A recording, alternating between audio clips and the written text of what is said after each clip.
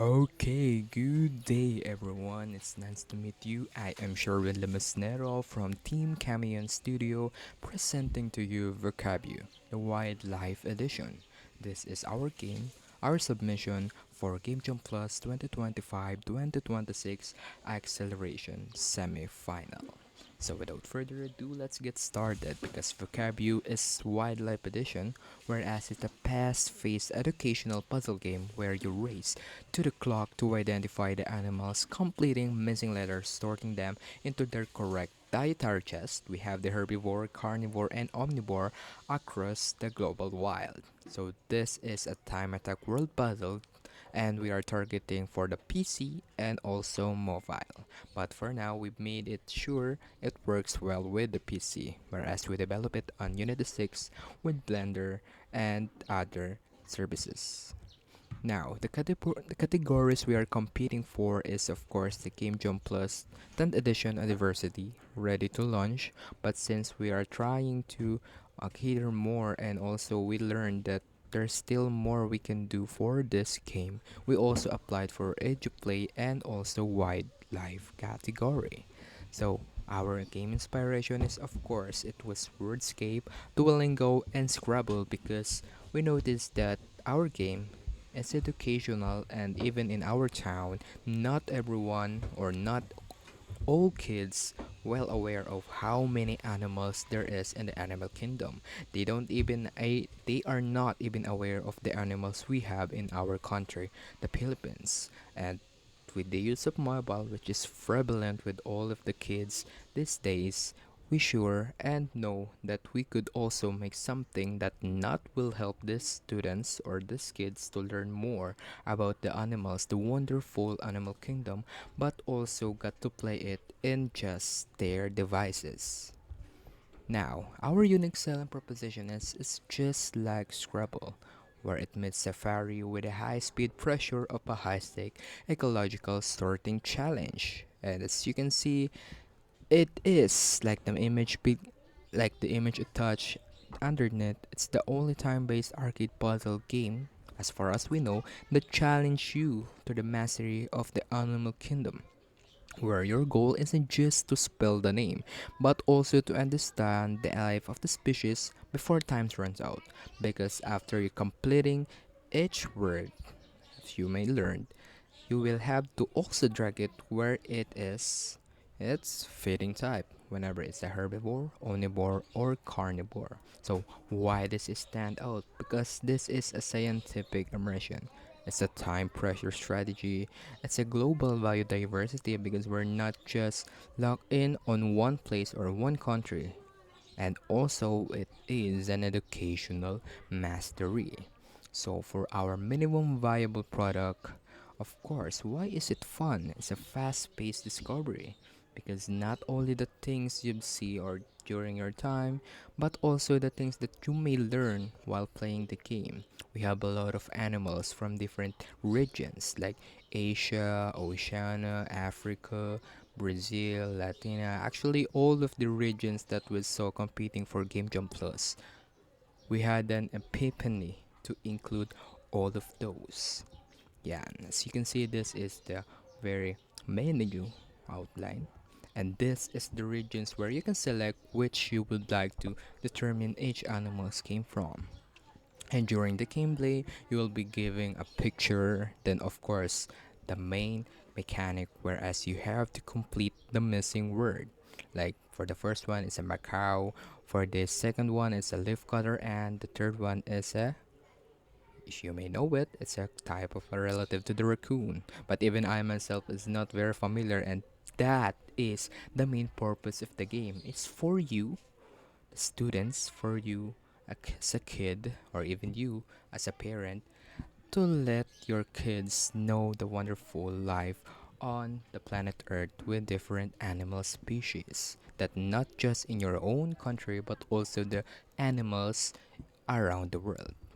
As you can see, we also have a type of an enemy, whereas, as you may know, there's a lot of animal types, and yet we only seen so far due to extinction, due to poaching. So, our enemy is this shadowy hand that would like no, it would not. It will impose you to give him something like he want. For example, he want something of an amphibian or a mammal. So it also helps you understand which animal is actually a mammal, an amphibian, a reptile, or arachnid, or such. And also, it gives you awareness that there are people or there are things that happen that we may not know, but these kind of animals are already extinct.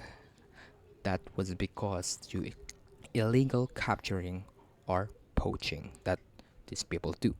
Next, what would be our monetization model? Of course, the in-game purchases because we love animals. We want to have certain themes for our boards, for our cards and such so that we can also customize it in exchange for monetary value. Change the color palette, the font or the particle effects.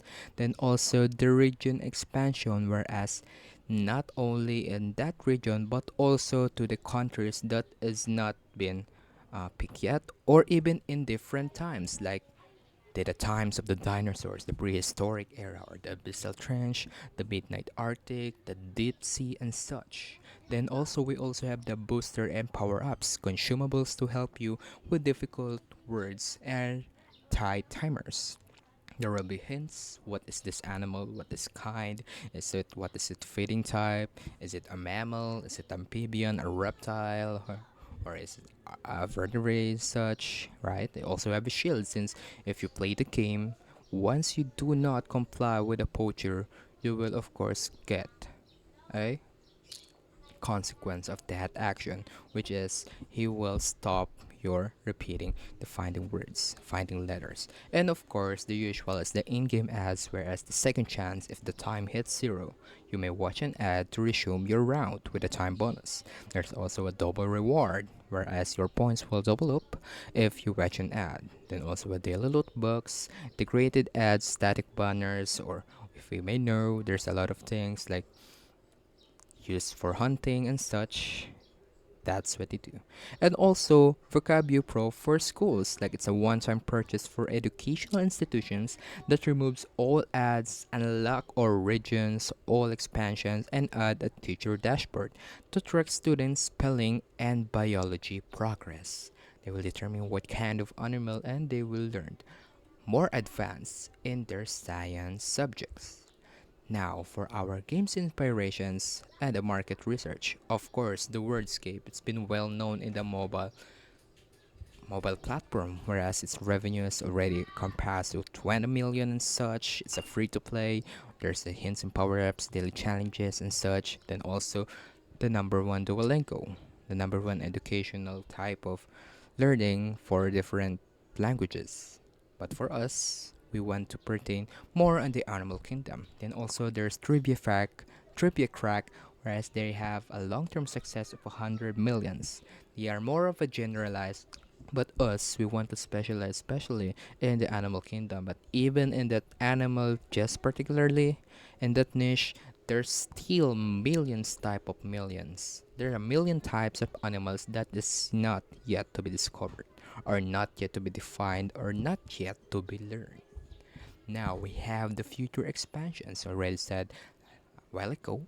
We have the gameplay expansions, the legendary regions, whereas we had high difficulty zones like the Galapagos Islands or prehistoric Pangaea.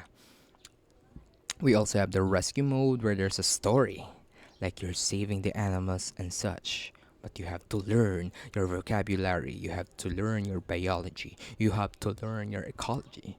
There's also the invasive species challenge where you have to identify the animals that don't belong to that region. Like, would you ever see a penguin in an Africa? No, that would never happen because they are mammals that live in Antarctica. Well, I digress. Then we have the customization for the environmental themes, collectible card backs, earn unique visual skins, right? And also we have the monetization model for Explorer Pass, a battle pass system that would reward your progress with exclusive UI and rare facts. There's conservation events like time-limited events like Save the Tamara in partnership with Eco Brands. Yeah, there's a lot of animal movements nowadays that we could uh, partner up for future expansions.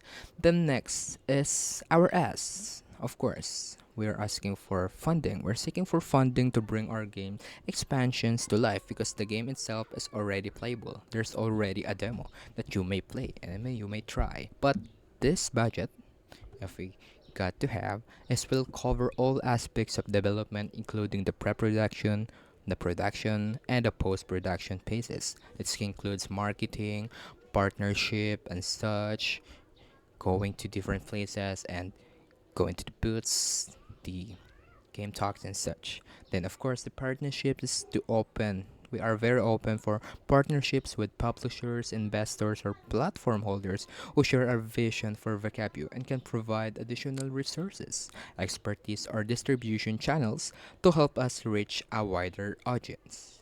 And lastly, our ask for support. Beyond financial assistance, we welcome support from industry veterans, mentors, or advisors who can offer guidance, feedback, and networking opportunities to help us navigate the challenges of game development and maximize the potential of our game.